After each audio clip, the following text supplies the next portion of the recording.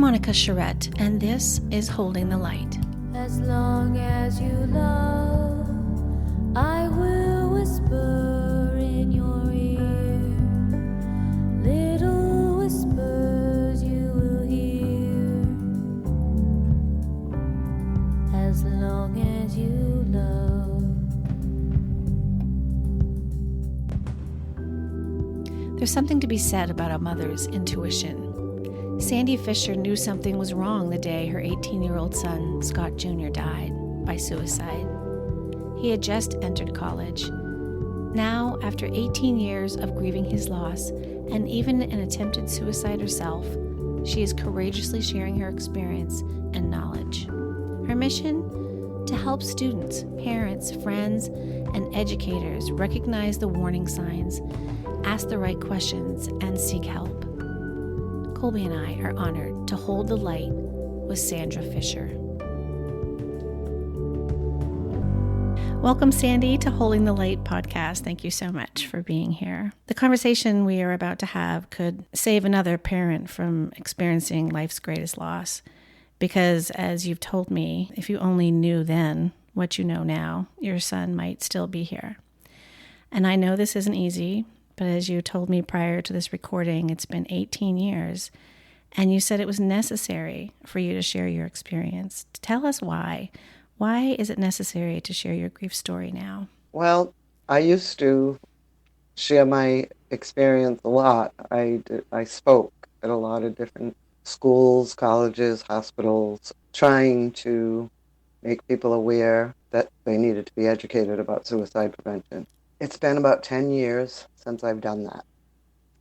And as I told you, after listening to your podcast, I felt the need to get a hold of you and thank you for doing it, because as difficult as it is to listen to sometimes, it made me feel that I wasn't alone, and that even after having some really hard times and hard days, and this last year has been very difficult for me. After 18 years, I'm not crazy. That helped, because sometimes you stop and think, am I crazy? That still hurts so bad. So I thought when you asked me to be a guest, my first reaction was, oh no. And then I thought on it, and I thought, wait, if I can help someone else, then yes, I should do it. Well, that's very admirable, and we're very grateful that you made that decision. So, as you said, your son, Scott Jr., died by suicide not long after entering his first year of college, and he was just 18 years old. Suicide is among the leading causes of death among college students, and I think your real-life experience is one that many parents fear as their kids leave home for the first time and start navigating life on their own. And so many factors are known to contribute to suicidal ideation and suicide attempts in college students, including, and you could probably add to this, just the loneliness and helplessness. Sometimes it's academic or relationship problems, sometimes difficulty with their parents and financial concerns. But for Scott, it was a sudden onset of depression. Did he ever have a history of mental illness, or did he express concerns about feeling depressed as a young adult that you recall? He did not have a history of mental illness. About a week before he was going to leave for college, he seemed quite upset about something, but told me he didn't want to talk about it. That night at dinner, I told him that I was quite concerned that something was bothering him. He then did tell his father and I that he thought he might be depressed. And so we asked him if it was to the point of him thinking of hurting himself, and he said no, that he would never do that. I would like to point out that now I know, by asking someone who may be suicidal, which I don't believe Scott was at that time, but by asking them if they are thinking of hurting themselves is the wrong way to ask that question. Oh, why is that? Because for someone who is thinking about suicide, asking them if they are thinking of hurting themselves, they can honestly say no, because to them it would not be hurting themselves. It would be taking the pain away. How would you phrase the question then? You have to come right out and ask it. Even though it's a Yeah. hard question, ask if they're thinking of suicide or thinking of killing themselves. And I've had to do that since losing Scott with other people. And it's not an easy question to ask someone. But Mm. so he told us, and we told him he needed to go see a doctor. And so we did. I got him an appointment, and he went to see someone before he left for school. The psychiatrist wasn't sure if it was due to all the changes happening in Scott's life, the depression. So he put him on a medication and told him to seek counseling when he got to school. So he didn't see a counselor before he left then for college. Just the psychiatrist, because he was leaving for college in a week. Yeah. And And so when he got to college, he, on his own, found a counselor at college and started seeing a psychologist. so, but the psychiatrist diagnosed him and connected you with someone. So you feel like you're getting help. But I imagine you're still concerned, right? That you were sending him Oh, off to college. What was that like? that was so hard. Can't imagine Uh, that. we, we actually had to leave him twice. We brought him there. He had to go a week earlier than the other kids because he was going Navy ROTC. Oh, okay. And so we had to bring him and leave him there then. And then we left and came back after the first week to see the swearing in ceremony. He was sworn into the Navy. And when I left him that time, I thought it was going to kill me to leave him there. I did not want to leave him there. He struggled through that first week. Um, he went from, he thought the medication was helping, but he was struggling. That first week of the Navy ROTC is tough. Hmm. It's like boot camp. Yeah, it was hard. He was in New York. He was in Troy, New York, and I think I cried all the way home. Which we all do, dropping our kids off from college. I have to say, I did every time I dropped Colby off. But for you, it must have been different because you had some reservations. I did. I really I tried to talk him out of going there. He Scott was extremely intelligent, and he was accepted to every college he applied to. Hmm. And they all offered him money. He wanted to be an aeronautic engineer, and RPI was a great school for that. And the Navy ROTC gave him a full scholarship. He was going full boat. I told him, you don't have to do it. He wanted to. I hate to say that because actually, in hindsight, I don't think he really wanted to. I think he thought that that's what he should. That was his next logical step. Yeah. So, how long after he moved in did things feel concerning? The first couple of days he was having a really tough time, as I said, with the training. But after a few days, he seemed to be doing much better. Um, at the end of the week, when we went to that swearing in ceremony, he stood so tall and so very proud of himself in that Navy uniform when he was sworn in. Over the next 2 weeks, he saw the psychologist, and he went from feeling good and thinking the medication was helping to feeling bad and thinking that it was not helping. He then had an allergic reaction to it. Hmm. And I told him to get to the emergency room because he broke out in hives. And they told him to stop taking it and sent him back to school. Is it okay to talk about what he was taking? He was taking Wellbutrin. Mm-hmm. I had concerns about, again, if I had known, I would have never let him take it. I had concerns because his father had taken it at one time, and his father had broken out in hives, had an allergic reaction. He actually had a really bad reaction. He swelled up really bad, and we had to get him to the emergency room. And I told the psychiatrist that, and he said, "Oh no, he should be fine." about Scott going on it, but if I had known, I would have said no, put him on something else.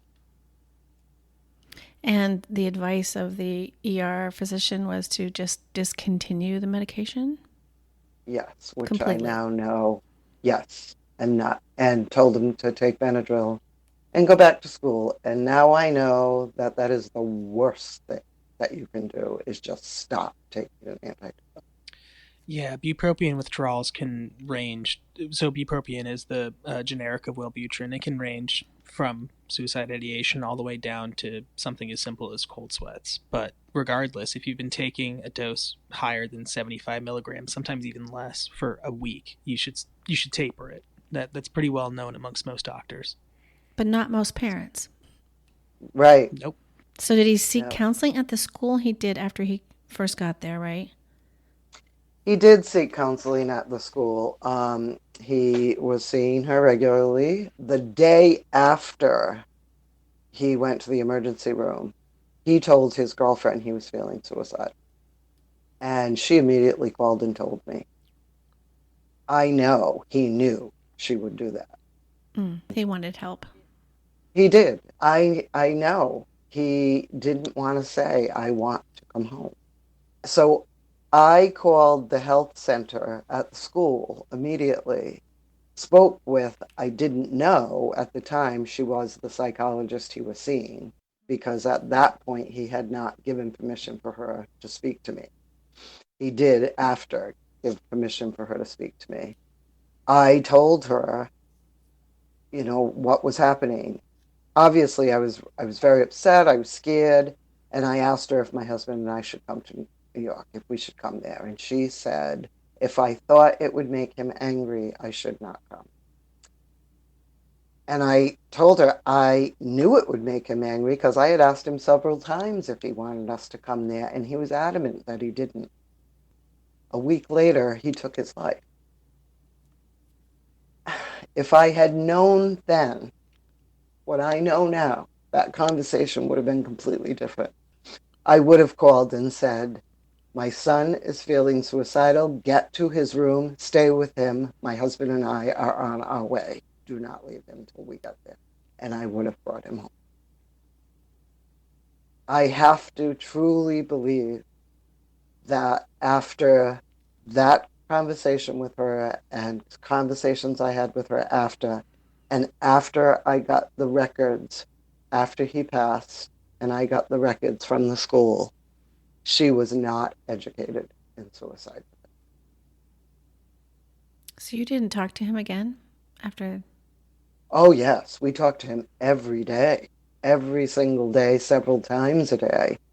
And the night before it happened about, I would say 2:30. It happened 2:30 in the morning on a Saturday. I woke up from a sound sleep, sat straight up in bed, and said, something's wrong.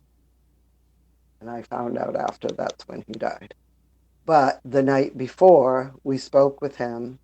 Him and his father talked, and they had decided the next day they were going to get on the phone and on their computers together and look into it was Boston College, I believe, that he had been accepted to as well, and see about him possibly transferring to come closer to home. And he said he was going to a party. He was going to a fraternity party. He was not part of a fraternity, but he was going to this party. We would talk to him in the morning. Then at 4:30 in the morning, we got a call from the dean. The word I don't like to use, but he used. He just called me on the phone and told me that my son had committed. Let's talk about the language surrounding suicide because it's changed a lot over the last 2 decades. And unfortunately, many people are still not aware of those changes and how we talk about suicide. Why do you carefully use the words died by suicide? What does that mean to you? Uh, it's, to me, the word committed is holds a level of criminality. Mm. My son didn't do anything wrong. He did nothing to be ashamed of, for us to be ashamed of. We're not ashamed. He was depressed. He died from depression. He died by suicide. He didn't commit a crime. And it's so important to me. And I tell people, and I was telling a friend the other day that I was going to do this podcast, and she said, I think that's so wonderful. And she said to me, I still to this day, whenever I hear someone, she said, you taught me, and when speaking about died by suicide, and she said, and I tell people now. I think it's so important because words, whether they are intentional or not, can bring out the stigma and our attitudes or how we feel about suicide. And I've always used this litmus test for talking about it is to substitute the word cancer for the word suicide to see if the sentence still makes sense or if it has a negative connotation. Because we would never say somebody committed cancer or had a successful cancer. We would simply say, a cancer death or died of cancer. So when it comes to suicide, we should also say a suicide death or died by suicide. I've learned that by talking with other parents who have lost their children by suicide. I would also add too that, like, with regards to cancer, so many times people use almost heroic language to describe it, as if they're battling something, they're fighting something. And just like any other disease, if you're unfortunate enough to contract, be born with it, no matter what spectrum of disease it is, you are battling it. You are a hero simply by standing up every morning, putting your shoes on, your socks on like anyone else, and just suffering through it in order to appease other people, while inside you have to deal with this on your own. Exactly. Well, you've shared very openly that there were a lot of red flags that you didn't recognize. What were those now that you can look back, and what do you want to tell parents listening right now or about watching for those potential warning signs? He was having trouble sleeping. He just wasn't himself. I knew. I was his mother, and everybody kept telling me, he's just homesick. It's normal. And I knew in my heart it was more than that. I knew. The things that he told the psychologist, he told her that he had vague suicidal ideation, but it was more about not wanting to be there in Troy than not wanting to live. That alone, when he told her that, she should have known. He stated in the past he had not wanted to end his life. He just didn't want to live. The best thing that I would tell parents, please educate yourself.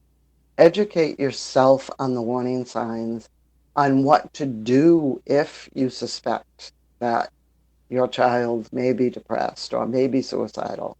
And you can do that on American Foundation Suicide Prevention, NAMI. I, myself, after the fact, educated myself through Maine Youth Suicide Prevention Program. I took the gatekeeper training. I did everything I could to educate myself, to help educate others, so that other people wouldn't be sitting where I am. Now, we want to talk about that a little bit more in just a bit. I just want to go back a little bit and just share that parents and family of children who die by suicide often carry a really heavy burden of guilt. And that maybe they could have prevented this from happening. Do you feel guilty at times about the death of your son? Yeah, absolutely. In the beginning, it was horrible, horrible guilt. But I was his mother, and I was supposed to protect him. And like I said, I just knew in my gut he wasn't himself. Something was wrong. And I should have gone with my gut instinct.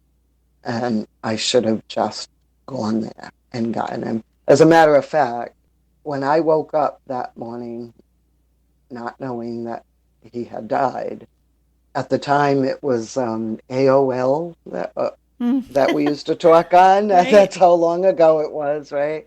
And I went on to see if he was on because I knew that he was having trouble sleeping, and he wasn't on. And I wanted to try to call him, but I was afraid if he was sleeping, I didn't want to wake him up because he was having trouble sleeping. So I said to myself, okay, I'm just going to lay here on the couch and I'm going to wait till it gets light out. And as soon as it gets light out, I'm going to wake my husband up and tell him we're going to New York. We're going to get him. But unfortunately, he was already gone. And I know this will be hard to talk about, but you told me you've had your own challenges with depression and you even attempted suicide. Tell us about that in Yeah. your own words. When we first lost Scott, I thought I was going to lose my mind. My husband and I are both originally from Rhode Island. We've been here in Maine for 34 years, but we both have very big families that all live in Rhode Island. And of course, they all immediately came here. So I had a house full of people through everything, waiting for Scott to come home, because obviously they had to fly him home. And that's most of it is a blur. When everyone left, and it was just my husband and I here, because my daughter was married already, I thought about it all the time. I did not want to live, but I didn't want anybody to know. I wanted to try to find a way to do it without anybody knowing I had done it, that it would look like it was an accident. I thought about it all the time. His girlfriend was going to college, my son's girlfriend, at George Washington, and she had gone back to school. And I thought, oh, I can't do it while she's there. I don't want to put her through that again. And anyway, one night my husband and I were sitting eating dinner, and I wasn't thinking about it. We were eating dinner, and I got up to go to the bathroom, and I went in the bathroom, and I sat there, and I just started crying and said, I can't do this anymore. And I opened up the medicine cabinet, and there were sleeping pills, and I swallowed the whole bottle. And I threw it in the trash, and I felt such a sense of relief. And I thought, great, I'll go in, I'll finish eating, I'll clean up from dinner, and I'll go to bed, and it'll all be over. And I went and sat at the table and looked at my husband and said, I cannot do this to him. And I told him. So he got you help. He did. He called an ambulance, and I knew that I would never try to do it again. You know, we all talked about it, him, my daughter, myself. We all promised each other that we would never do that. And we also felt like it would be a disservice to my son as well to take our lives. He would never want that. That's actually a really good point. We're on a Zoom call and I'm watching Colby as you're explaining this, and I'm imagining he's feeling quite. I don't know how you're feeling, Colby, but I can imagine what it might feel like to hear a mother say that they just don't want to be here anymore. The pain is just too significant. And I've often said that I'm still here because of Colby, but I loved hearing you say that that would be a disservice to your son. And there really is a lot of stress too to watch a parent go through that level of grief. I knew my mom, but in that state of mind, in that level of pain, people change and they're not who they are. I mean, like you said yourself, Sandy, it's almost like a blur for weeks, months. Like, trauma is real, and that was a concern of mine for sure. But seeing her constantly show up every day to make sure I was okay told me that, she was gonna be there for me. And so I'm amazed by your strength to recognize in that moment how much you had to live for, and to grab onto it and get yourself the help you needed in that moment. Yeah. Yes, and I still resisted help even after that. I did start seeing a counselor. I resisted going on a medication. Finally, I had to give in because I wasn't functioning. Actually, the girl who was my son's girlfriend at the time, her mother became what we called my angel. And we hadn't even met her parents until Scott passed away. She came to my house one day because she just had a feeling and found me curled in a ball on my kitchen floor, just sobbing, and very soothingly held me and spoke to me and convinced me to go see my doctor and get meds. And I did. Thank goodness those people exist. Yes, that is so true. So you've turned your personal tragedy into very impactful action around suicide prevention. You started to talk about that earlier. Tell us about your involvement with the Maine Youth Suicide Prevention Program and the important work of suicide education that you've been doing. Well, as I said, it's been 10 years since I have done it. I had to go back through all of my speeches and everything I've written in all those years to not, I hate to say refresh my memory because obviously I don't need to refresh my memory about what happened with my son, but about other things and kind of timelines because, Monica, as you know, our memory is not so good.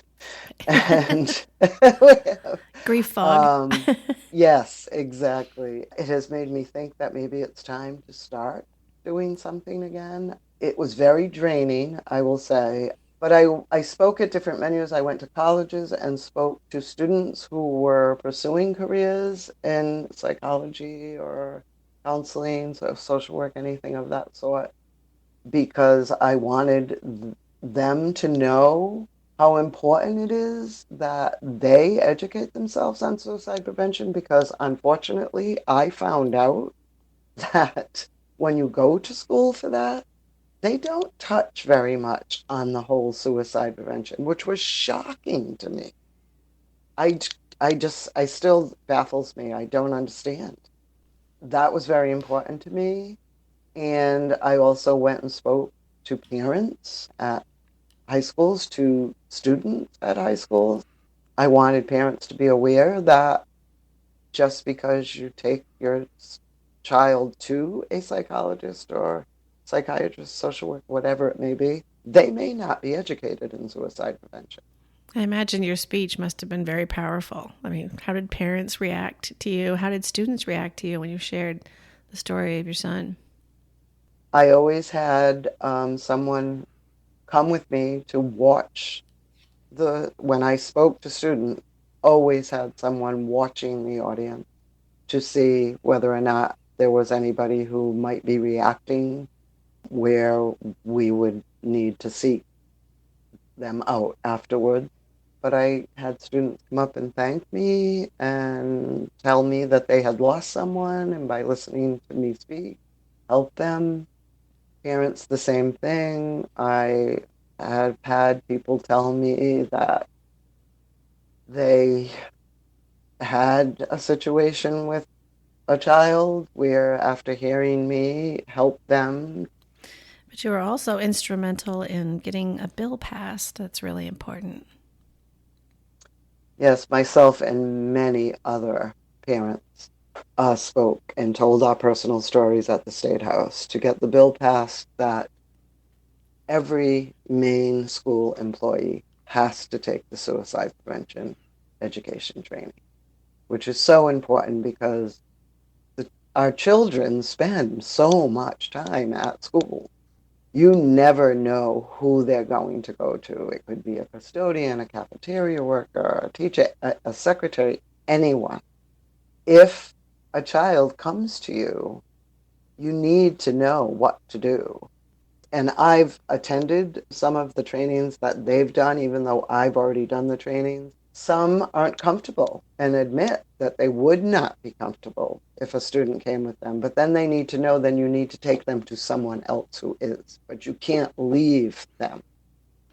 Yeah, I mean, obviously, as public servants like teachers, they are required by law if they ever suspect that there's a student, whether it be a victim of abuse of any kind or in a state of like mental disarray or depression, suicidal ideation, anything like that, they also have to report it. And even though that was around beforehand, if you don't teach them how to, then there's legitimate legal terms in order for them to claim that they were ignorant to it. But because of your bill and allowing this actually forces teachers to play an active role in participating in the healthcare and mental well-being of the students more than just their educational needs, which is amazing. Yes, it is. I'm so happy that that bill was passed. I was hoping that it would go on and be passed for colleges as well. So it's something that, as I said, I've been thinking that maybe it's time for me to get back into doing something to help again. So I'd like to find out if anything is happening at colleges. Also, I helped to develop a transition program for high school seniors because all of my son's friends came to me after and said, Mrs. Fish, they call us Fish, not Fisher. And, it was my son's nickname, Fish. We weren't prepared. They were such a close, huge, a lot. It was a big group of kids. They were so close. Everybody just told them, how great college was going to be. And all of a sudden, they were all everywhere. They weren't together anymore. They said, we were not prepared for that at all. That's when I said, something has to be done. We have to better prepare our seniors for that transition, whether you're going away to college or whatever you plan to do after high school. The social worker at my son's high school and I started working on developing a program for Deering High School seniors. And because I had worked at my son's high school, I was never able to go back after losing him. So we did, and then Maine Youth Suicide Prevention, a woman who worked there, who I became very close to, who was very helpful to me, found out what I was doing and said, well, we dropped the ball. We need to be doing something like this for all the high schools. And they asked myself and the social worker if we would be on a committee to help write that program, and we did. I have since recently been trying to find out if that transition program is still being taught. I spoke with the social worker that I worked with 2 days ago, and she said, Sandy, I'm so sorry. We've dropped the ball when it comes to that. So that's another thing I'm going to start pursuing is that needs to be taught to them. They Agreed. need that. Especially with regards to mental health, I think we've all been educated on how to recognize the signs for ourselves, but we don't know how to access those resources for others. Because I think many individuals, especially in a collegiate environment, there is a stigma, there is an embarrassment to reaching out to peers, classmates, people like that. Sometimes it takes an outside observer to make that first action to getting that person care, and we're just undereducated and didn't know any better. Right, you're absolutely right. And that's what that program did. It helped them in not just about depression and suicide prevention, everything we could possibly think of that they might need, but definitely talked about that because more often than not, a friend is going to be the first one to notice. Well, I can see your eyes light up when you talk about this. So I hope that you do go back and pursue educating people again, because I think your story is very impactful.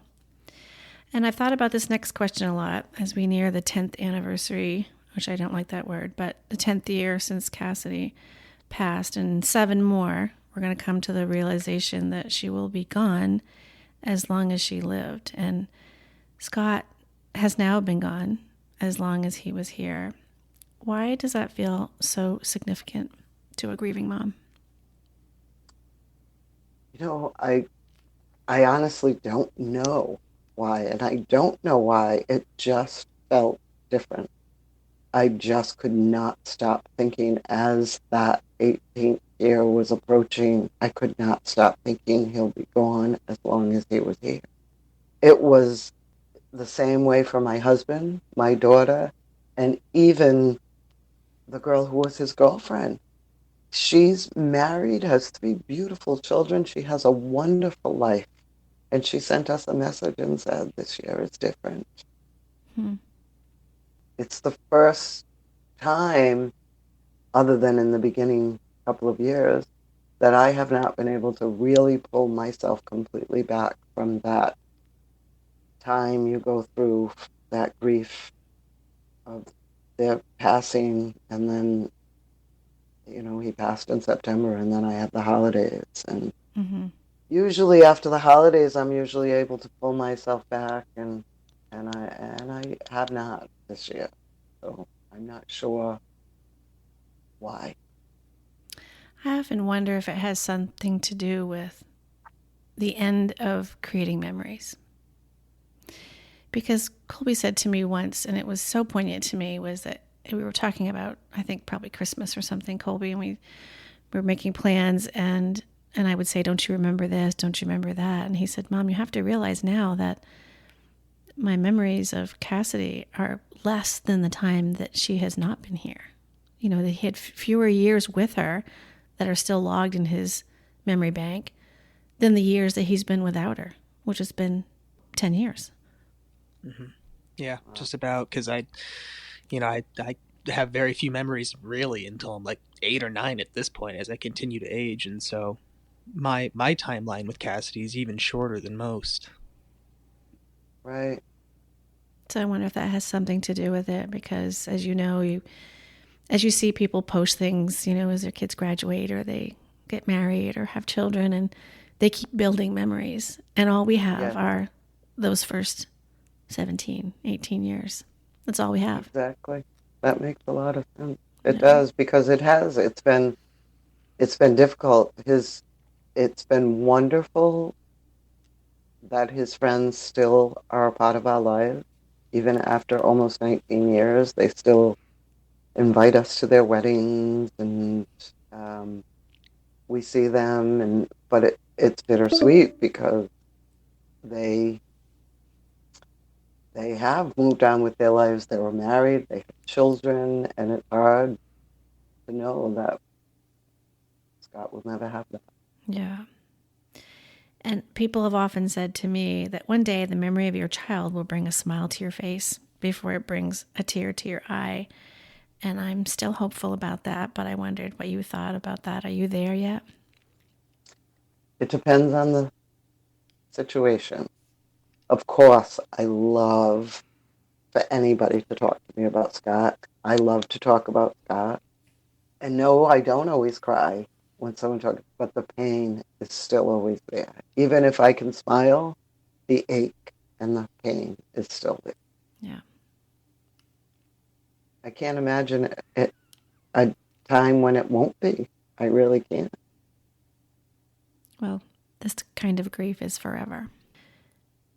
We've kind of come to the point at the end of the podcast, and I want to make sure I give you time to talk about this. We want to give you opportunity to reflect on your son's life and his legacy, and how would you like us to remember Scott Jr.?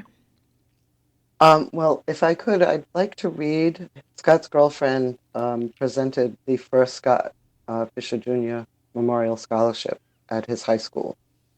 And I did get her permission to share this, to read this. I'd like to read what she said when she presented that, because it says a lot about Scott.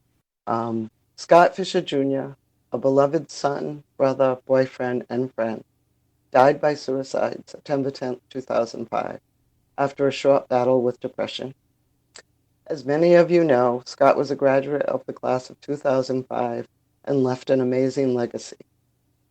Scott was not only an extremely talented student, full of academic curiosity and diverse interests, but also a dedicated athlete, often seen running at the head of the pack during his 4 years of playing soccer at Deering.